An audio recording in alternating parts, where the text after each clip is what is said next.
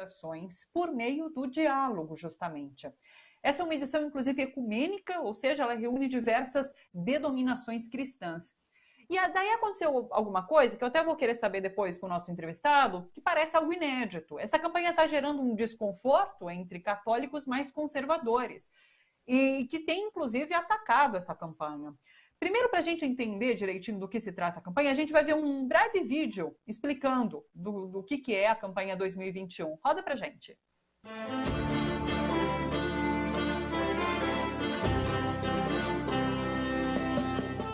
Em um mundo dividido pelo ódio e polarizado por mentiras. Um mundo onde a violência de todas as formas foi banalizada. E muita gente não se choca nem se espanta. Onde as pessoas e grupos constroem muros e bolhas, ao contrário de levantar pontes que aproximam. Nós proclamamos: Cristo é a nossa paz. Do que era dividido, fez uma unidade. Derrubar os muros de ódio que fortalecem as polarizações e construir pontes de diálogo como compromisso de amor. Chamo para a nossa conversa o Dom Pedro Luiz Stringini, preciso ver se está certo o nome dele, se eu pronunciei certo, que é bispo diocesano de Mogi das Cruzes. Dom Pedro, pronunciei seu nome corretamente, seja muito bem-vindo, um prazer te receber por aqui, viu? Muito prazer, boa tarde. Você pronunciou quase certo, é Stringini. Stringini, maravilha. Sim. Bispo, eu queria que você comentasse para a gente, então, o porquê da campanha desse ano ser voltada ao diálogo. A gente vive, de fato, num momento de polarizações, de muito ódio, né? A gente enxerga esse ódio aflorando muitas vezes nas pessoas.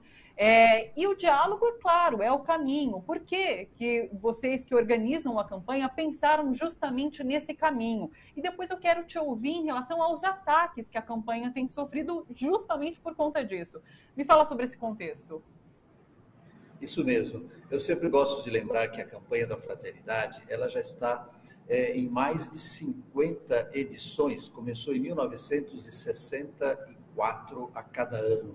É o tempo da Quaresma. Quaresma é sempre um tempo, para nós católicos, de maior silêncio, depois do Carnaval, começa com a quarta-feira de cinzas, tempo de reflexão, prepara a Semana Santa, que é um momento de muita religiosidade popular, e os católicos participam muito, e depois vem o tempo da Páscoa. E desde 1964, portanto há mais de 50 anos, a CNBB, Conferência Nacional dos Bispos do Brasil, colocou a campanha da Fraternidade para ser um gesto concreto e uma reflexão que leve a práticas concretas de vida, de conversão, de amor, de diálogo, como você bem disse, como lembra o tema Fraternidade e Diálogo. Eu costumo dizer também que a campanha da Fraternidade, ela tem sempre um cunho ecumênico, porque, claro, quando você fala, cada ano tem um tema, uma vez é do idoso, menor, negro, indígena, família, saúde, ecologia, foram várias vezes na campanha da Fraternidade, o meio ambiente, saneamento básico, os biomas nacionais, a defesa da casa comum, como diz o Papa Francisco, sobre os presos, sobre a terra, sobre o trabalho, economia e vida. Então, claro, sendo temas sociais, sempre tem um cunho ecumênico, não é só católico que trata dessas coisas e que vai buscar transformar o Brasil, transformar a sociedade, melhorar o mundo, melhorar o ambiente, melhorar a sociedade como um todo, a política, inclusive. Então, ela tem um cunho ecumênico. Porém, para ter uma participação ainda maior, esta é a quinta campanha desde 2020, portanto, de 2020, não, desde 2000, de 5 em 5 anos, 2000, 2005, 2010, 2016, 2021, a quinta campanha que não ela só é ecumênica, mas ela é realizada, organizada pela Igreja Católica junto com outras igrejas que fazem parte do CONIC, como você falou, Conselho Nacional de Igrejas Cristãs, a Igreja Luterana, Anglicana, Presbiteriana, Ortodoxa Siriana e a Igreja Católica. Então, organizando juntos esta campanha, a gente dá um testemunho maior de ecumenismo, de diálogo entre as igrejas cristãs, Thalita. Por que vocês escolheram esse tema do diálogo? Por que é importante o diálogo nesse momento em que a gente vive? Lembrando que estamos no meio de uma pandemia, que já tirou a vida de mais de 240 mil pessoas aqui no Brasil, numa luta ferrenha contra o negacionismo, contra as pessoas que negam a ciência, que negam a pesquisa. Por que o diálogo é importante nesse momento?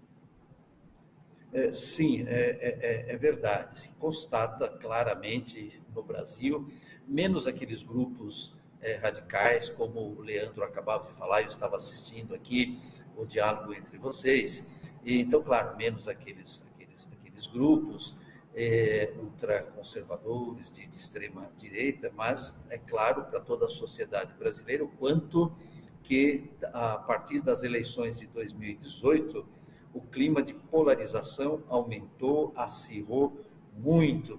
E não é verdade quando se diz, é uma polarização entre dois extremos. Não tem dois extremos, não. Tem um extremo de um lado e tem a civilização de outro, como também escutei aí o Leandro falar e concordo.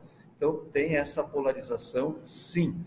E nessa polarização em que um lado são negacionistas, são ultradireitistas, extremistas, e sempre mais nessa linha da violência, por incrível que pareça, encontra também adeptos entre os cristãos, entre cristãos evangélicos e entre cristãos católicos. Então, daí a importância do tema e daí também um pouco a explicação por que existe contraposição a este tema, dessas pessoas que negam que no tempo da Quaresma a gente tenha que falar de problema social, de crise no país, e como não falar das crises, né? A crise sanitária, a crise social, que é a miséria, a fome, o desemprego, a crise política, que é a ameaça à democracia, a crise ecológica, a boiada passando, né? Como disse aquele ministro estranho do meio ambiente, de quem ninguém fala nesse tempo, ou seja, ele está bem tranquilo para ir passando a boiada realmente. Então, são motivos pelos quais este tema do diálogo é importante e, claro, que para nós o fundamento da igreja, das igrejas, o fundamento é a palavra de Deus na Bíblia e, por isso, sempre o lema, partindo da Sagrada Escritura, neste ano, Cristo é nossa paz. Do que era dividido, ele fez uma unidade, Thalita. Sim. Bispo, eu fiz essa provocação, inclusive, aqui no começo, antes de te chamar, sobre esses ataques que a campanha sofre nesse momento, se é algo inédito. Eu queria que você me falasse se é de fato algo inédito. E existem dois pontos da campanha que parece que atiçaram ainda mais a revolta dos conservadores, dos extremistas, que é a questão da violência sofrida por minorias. A campanha é contra essa violência sofrida por minorias e cita a população LGBT. Cita também o assassinato da vereadora Marielle Franco. E isso parece que atiçou, de certa forma, os ânimos desses conservadores extremistas, né? É algo inédito isso acontecer, esses ataques a uma campanha da fraternidade? Não, ataque à campanha da fraternidade, contraposição à campanha da fraternidade, crítica à campanha da fraternidade não é inédito, tanto que em 2015 não conseguimos fazer. Houve uma votação maior para que não se fizesse. E por isso que ela foi feita depois em 2016 e agora passou 5 anos depois para 2021. Então, não é inédito que se critique. Mas agora chegou a um ponto máximo, eu diria, ou inacreditável, quando se distorcem as coisas. Ou seja, não ser capaz de perceber que os grupos minoritários, sejam os negros, sejam os indígenas, sejam os sem-teta e seja a comunidade LGBT, que não entender que esses grupos têm direito a não sofrer a violência que sofrem, a gente pergunta como é que não se entende isso, e depois quando se trata da citação a Marielle, uma mulher negra, lutadora, de esquerda, que lutava pelos pobres do seu lugar e foi assassinada. De repente, este fato já não é mais o relevante é que se trate, que cite Marielle e não cite mais Nossa Senhora, por exemplo. Então, de fato, isso não se entende. Penso que os meios de comunicação, mídia não entendem, e mesmo nós também, na igreja, que organizamos e que participamos da campanha da fraternidade, temos dificuldade de entender esse tipo de coisas. Não é? Acho que é o questionamento que todos nos fazemos. O Leandro fez o mesmo questionamento agora há pouco. Como a gente entende essas pessoas que são seguidoras de um deputado como Daniel Silveira? E a pergunta, como a gente consegue entender essas pessoas que criticam quando se fala em deter violência contra minorias? Não dá para entender, de fato.